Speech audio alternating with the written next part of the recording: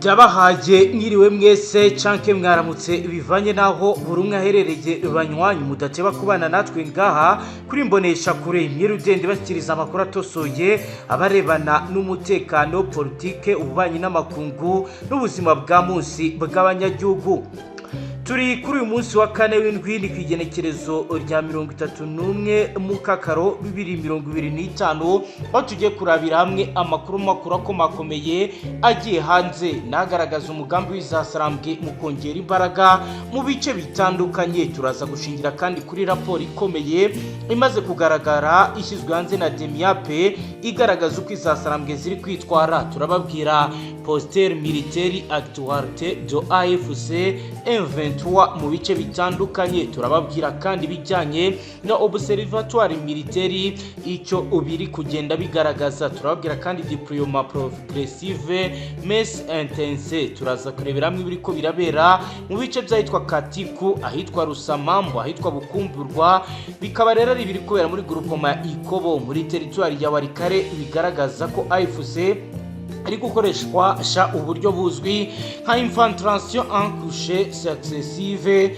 mu bice bitandukanye. Biro bikaba bijyana na logistique souterraine iri kwiragenda yibonekeza. Turaza kandi kubabwira ibijyanye na operation Katiku en stratégie de déploiement massive bikaba bijyanye na position tactique privilège. Bikaba rero bihura n'ibiri kubera mu bice bya Pingu, Rusamambo, Ubukumburwa aho kwigenekerezo rya 29 mu kakaro 2025 hagaragaye kompanyi intérieur, kompanyi yuzuye y'abarwanyi babarirwa mu 120 bafite imbunda ziremereye zirimo mitrailleuse, lance roquette ndetse na système de communication sécurisée.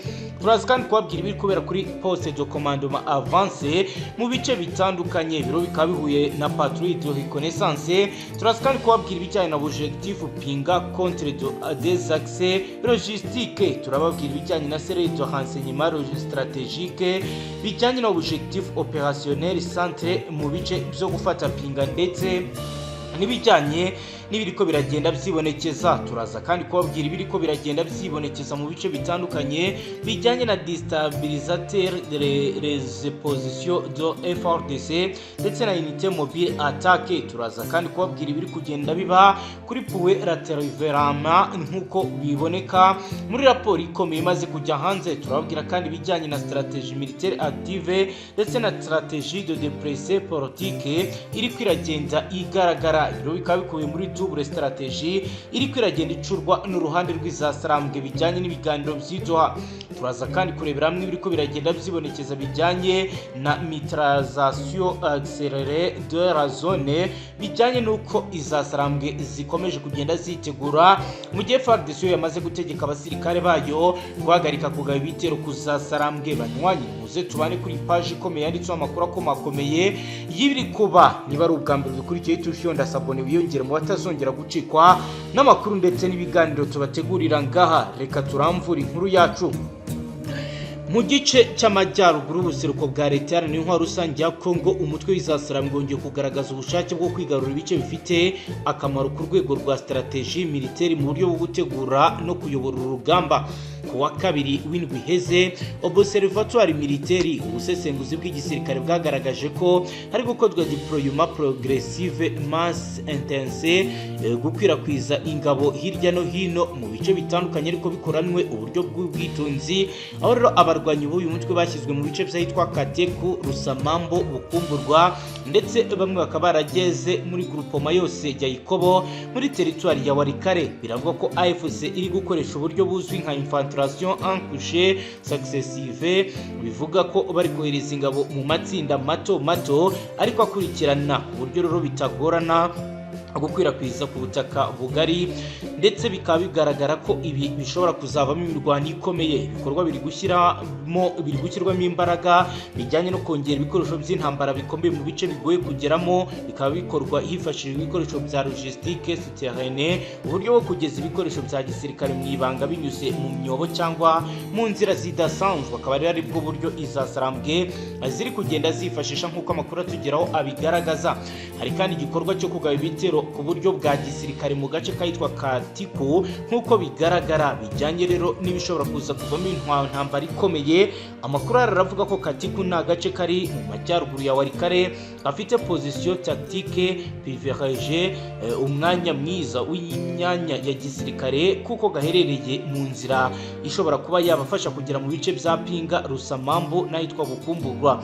Ku igenekerezo rya 29 Mukaka 2025 AFC yagaragaje ndetse igeza kompanyi Anterari, kompanyi yuzuye y'abarwanyi babarirwa mu 120 bafite arme lourde, intwaro zikomeye zirimo mitrailleuse 12.5 mm ndetse na lance rocket RPG-7, fusil d'assaut AK-103 ndetse na système de communication sécurisée. Nk'uko amakuru atugera bivuga, AFC yashyizeho poste de commandement avancé, igicumbi cy'imiyoboro y'ibikorwa by'intambara gitandukanye n'ibirindiro by'ingabo zisanzwe. Ibiro byifashishwa mu gukwirakwiza plateau de reconnaissance, amatsinda mato y'ubutasi mu misozi yitwa Katiku no mu mihora ishya Rusamambu nk'uko amakuru adushyikira bisigura.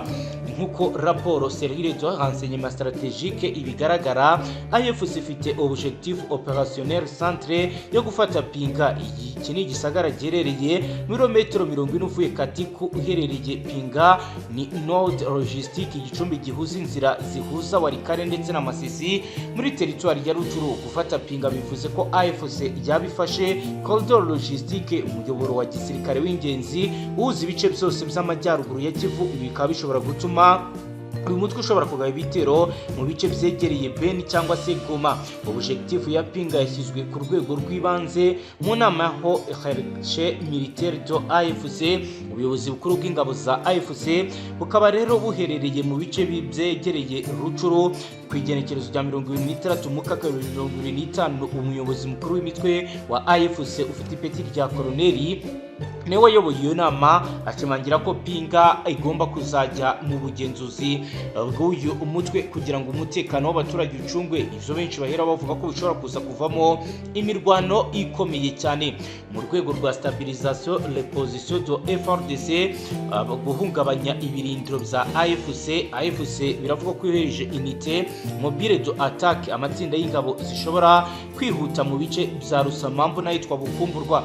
Raporo yoherejwe n'abaturage b'aka gace iravuga ko mu mpera z'indwi iheze koloneli ushinzwe ibikorwa ku murongo w'abarwanyi bivuga ko yohereje abasirikare barenga 80 binjiye muri Rusamambu bitwaje mortier de 60 mm, intwaro ziremereye zikoreshwa mu kurasa ibisasu biremereye kandi bafite jumelle de vision nocturne, ibikoresho bifasha kureba nijoro. Byatumye AFC ibasha kugaba ibitero mu masaha ya nijoro mu buryo butunguranye. Biravuga ko Bukumburwa AFC yashyizeho point de retardement, ahantu ho kongera intwaro n'ibikoresho bihuye n'abafite ibikoresho bidasanzwe muri ibi bice. Nk'uko rero amakuru atugeraho, ubutegetsi bwa Kinshasa bwahise bushyiraho plan de riposte immédiate irimo kohereza batayo mécanisme, batayo y'ingabo ifite imodoka n'intwaro ziremereye mu bice byitwa Mabi n'ahitwa Nyasi. FARDC yashyize imbere uburyo bwo kurinda Pinga ubufatanye na force spéciale, ingabo z'intoranywa ndetse na unité de reconnaissance blindée. Bikaba rero bivuga ko bafite gahunda idasanzwe yo kwigarura ibice bitandukanye. Biravuga ko rero bagiye muri ibice bafite ibikoresho birimo véhicule blindé tactique, imodoka zitamenwa n'amasasu, zikaba rero zaragiye zitabazwa. Hari kandi système anti-drone, ibikoresho byo gutahura no guhanura drone byagiye bizanwa. Hari kandi radar portable en longue portée, ibikoresho byo kurwanya ndetse no kumenya aho umwanzi aherereye. Ibikoresho biri kongerwa ku bufatanye ndetse bigakorwa mu buryo buri ku muvuduko ukomeye. Nubwo rero hasinywe principal d'accord de paix, amahame y'amasezerano y'amahoro idoha hagati y'Izasaramwe ndetse na leta ya Congo ndetse n'abahuza barimo Qatar, Angola n'umuryango wa CGR.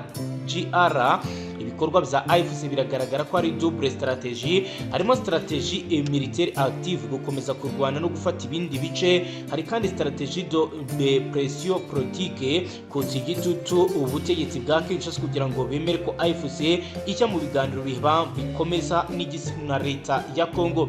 Iyi myitwarire irimo kwibutsa uburyo AFC yabigenje muri 2012 ubwo yafataga Goma kugira ngo igerageze gushyira igitutu kuri leta maze hategurwa amasezerano ya Addis Abeba. AFC irimo gukoresha propagande philologique mu baturage ba Walikale cyane cyane bavuga ko iri kwifashisha abanyamurenge n'abandi bavuga ikinyarwanda babizeza ko baje kubarengera. Ibi bikorwa bifatwa nk'uburyo bwo guhashya bwo gushaka accès populaire, inkingi y'ubufatanye bw'abaturage kugira ngo igisirikare cyabo kidafatwa nk'ikitagira inshingano. Hari amakuru ashyizweho hanze na Comité de Accueil Communautaire, amatsinda y'abaturage mu duce twitwa Ikobo n'ayitwa Kateko zongeye morale des troupes. Bikaba rero byarongeye umurava w'ibi kandi bigakoma mu nkokora FARDC, ndetse nk'uko bigenda bigaragara kuva AFC yakigarurira ibice bitandukanye za Rucuru no gutera ibirindiro bya FARDC muri Kivu cy'Amajyaruguru, igihe cyose bamaze kuba bagenda bagaragaza ko bagiye bakorana imbaraga zidasanzwe. Hari kandi la militarisation accélérée de la zone, gushyira ingufu za gisirikare mu gace mu buryo bwihuse ituma hatangwa impuruza ko intambara ikomeye ishobora kongera gututumba mbere y'uko amasezerano y'amahoro yemera. Bikaba ari ibintu benshi bakomeje kugenda batanga amaso. Raporo y'iperereza rya gisirikare ihuriro n'abashinzwe ubutasi mu ngabo za leta y'intwaro rusange ya Congo DEMIAPE cyangwa se Détection Militaire des Activités Antipatrie hamwe na Service National de Renseignement du Burundi yakomeje gukusanya amakuru kuva ku igenekerezo rya 10 Mukakaro kugeza ku igenekerezo ry'uyu munsi.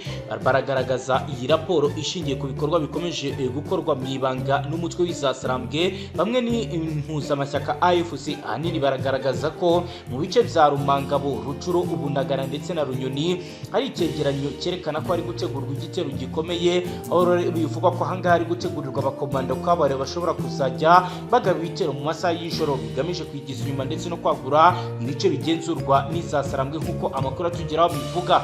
Ubu ubushakashatsi bwagaragaje ko izasarambwe buri muri gahunda yo gutangiza opération d'environnement intérêt, igitero gishyira abarwanyi imbere no mu mpande zose z'umwanzi bigamije gufata ibice birimo bimwe mu byari bisanzwe bigenzurwa na FARDC. Abantu ba mbere baravuga ko mu gace ka Tongo hari gukorerwa ibidasanzwe bijyanye na combat de nuit, aho bitangazwa ko bari gutanga imyitozo ikomeye ku barwanyi bazajya barwana mu masaha y'ijoro. Hari ibimenyetso ko instruction étranger, abarimu n'abanyamahanga barimo kugenda bagaragariza FARDC ko igomba kwitonda bitewe n'amakuru akomeye yamaze kwakirwa. Biravuga ko kandi ari kwitozwa imyitozo idasanzwe aho abarwanyi bo muri kompanyi ya gatatu muri brigade iri Goma barimo guhugurwa mu bijyanye n'imirwano ikomeye yo kurwanira mu bisagara. Hari imiryango yabo mu barwanyi yagiye ikusanya amakuru ikavuga ko FARDC nayo yamaze kuba yakakira amakuru yose, ibikoresho birimo missile sur air portable, mortier de 120 mm n'imbunda zikomeye zo mu bwoko bwa CPG9 biri gutwarwa n'amakamyo ya gisirikare. Bikaba rero bivugwa ko biri kujyanwa muri Sud Kivu. Abayobozi b'izasarambwe barimo abafite ipeti rya koloneli bakaba barashinzwe gukusanya ibikoresho mu buryo bwihuse kandi mu gihe gito. Biravugwa ko rero hari kuremwa zone tampo nk'uko bivugwa. FARDC yashyizeho batayo ya 32 yo muri Regiment de l'Action Rapide mu murongo wa Nyanza, Rikishishe, Mabenga, aho rero bigaragaza ko bari kugenda bafunga inzira y'izasarambwe kugira ngo badakomeza gukwirakwiza ibikoresho bya gisirikare no mu bindi bice. Biravuga ko kandi FDNB nayo yashyizeho umutwe udasanzwe wa Compagnie Anti-Infiltration mu gace kayitwa Gatumba, Ruhwa, Kibira kugira ngo hamenyekane ibimenyetso bishobora kuba byagaragaza ko FDNB yaba igiye kugabwaho ibitero bikomeye, kuko bivuga ko Red Tabara ishobora gukorana byavi n'izasarambwe mu guhungabanya umutekano ku butaka bw'u Burundi. Service National de Renseignement mu Burundi yashyizeho itsinda ryitwa Cellule de contre-infiltration rifite inshingano zo gukurikirana agent dormante, abakozi b'ubutasi bihisha mu baturage. DEMIAPE nayo yashyizeho abakozi bayo mu bice bitandukanye, muri gare, mu bitaro no mu bice bitandukanye. Bikaba bivugwa ko rero ibiri kubera cyane cyane i Butembo ndetse na Ipeni, aho bitangazwa ko izasarambwe nazo zishobora kuba zahagaba ibitero bigamije kwigarura ibi bice. Biravuga ko kandi hamaze gushyirwaho point d'observation avance ahantu habugenewe kureba ibimenyetso by'igitero. Ibipimo biri gutangwa mu buryo bwo gutegura ibiri kuba. Biravuga ko mu gace kitwa Kibumba habaye ibidasanzwe ku murongo bitangazwa ko ibikomeje kugenda bikorwa byose ari ibintu bishobora gucungwa neza mu buryo budasanzwe. Hari bamwe mu ngabo za FARDC bo muri brigade ya 11 barimo kugaragaza imbaraga nke mu bijyanye n'imyitozo ndetse n'imyitwarire ya gisirikare bahawe rero integuza yuko bagomba guhindura imyitwarire. FDN bio iravuga ko ihanganye n'ibibazo bikomeye by'uko bakomeje kugenda babona amakuru ku gihe, ariko kugeza ubu bakaba bategetswe guhagarika imirwano. Bakaba bafite impungenge ko mu gihe imirwano yahagarara FDNB na FARDC bashobora gutungurwa n'ibitero by'isasarambwe. Raporo y'ubutasi yatanzwe muri JD iravuga ko hari amakuru yemeza ko hari abarwanyi b'isasarambwe bambaye imyenda ya FARDC binjiye mu gace ka Kiwanja mu buryo butazwi bafite gahunda idasanzwe.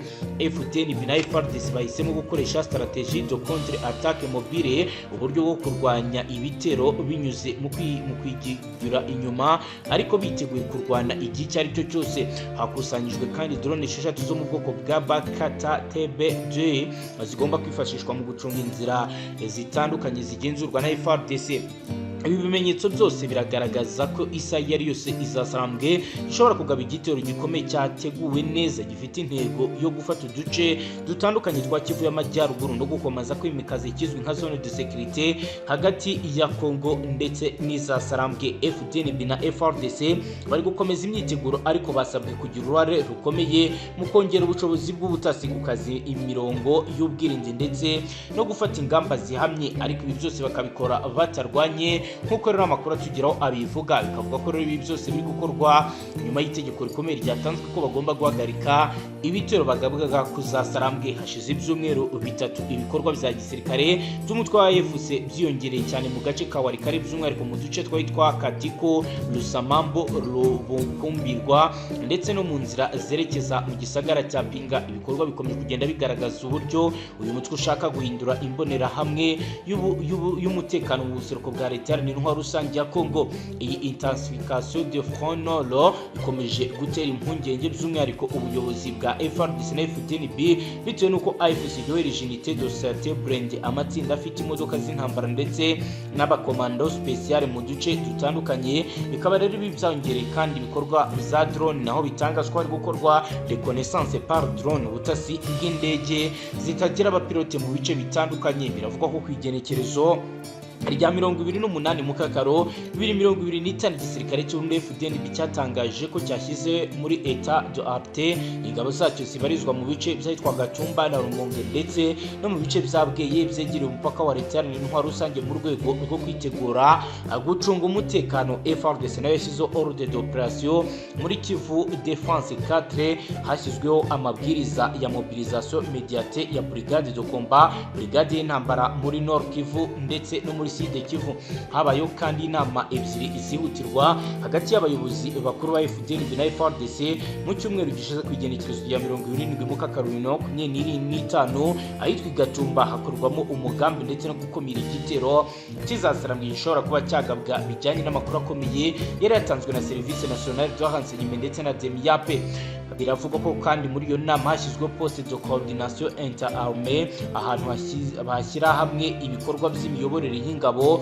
Bikaba rero ari ibintu bigomba gutanga umusaruro nk'uko bizatangajwe, ndetse hafashwe icyemezo cyo gushyiraho zone de intervention rapide ku mupaka wa Uvira, Minembwe n'ahandi AFC yigaruriye.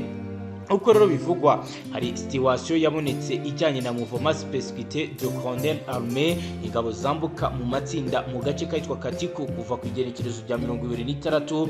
Renseignement obtenu ya AFC rero biravuga ko yashyizeho camouflage position mu bice birimo abarwanyi mu misozi yitwa Nyabibwe. Hari kandi byagiye bitangazwa ndetse n'ibigenda biboneka nk'uko amakuru atugeraho bivuga. Biravuga ko FDNB yatangaje ko igikorwa cyise operation kigamije bigamije kurinda uduce two muri Rurambo n'ahitwa mu bice bizegereye igisagara cya Uvira. Rero bitangazwa ko bafite amakuru akomeye ko izasanambwe ziri gutegura ibitero bikomeye kandi bishobora guteza ibibazo bikomeye, ariko bo nubwo batategetswe kugaba ibitero ariko bategetswe ko bagomba kwirindira umutekano. Mu gihe AFC ikomeje mobilisation offensive, FARDC na FDNB bari muri état de préparative agré, aho bagenda bashyiraho ibikoresho bikomeye bagakora patrouille mixée ndetse bagafasha abaturage kwikuba bamwe basubira mu bice bahoze babamo ubwo umutekano wari uhari. Oro bitangazwa ko hari abaturage batangiye gutahuka ariko bamwe bari gutakaza icyizere. Biragaragara ko urugamba rushobora kongera kwaduka mu gihe icyo ari cyo cyose, dore ko uburyo AFC irimo gukoresha l'enseignement militaire active, positionnement de guichet et appui communautaire, byose bigaragaza ko igisirikare cyabo kigomba gukomeza kwitegura. Ibi rero bikaba bishobora kuza guhagarika ibiganiro by'Doha, kuko rero bamwe bavuga ko mu gihe imirwano yakomeza ibiganiro bishobora guhita biterwa umugongo. Ni nuko dusoje banywanyi, niba ari ubwa mbere dukurikiye YouTube ndasabone, ntuzongere gucikwa n'amakuru ndetse n'ibiganiro byibanda cyane ku mutekano, politiki, ububanyi n'amakungu n'ubuzima bwa munsi bw'abanyagihugu. Hasta la vista.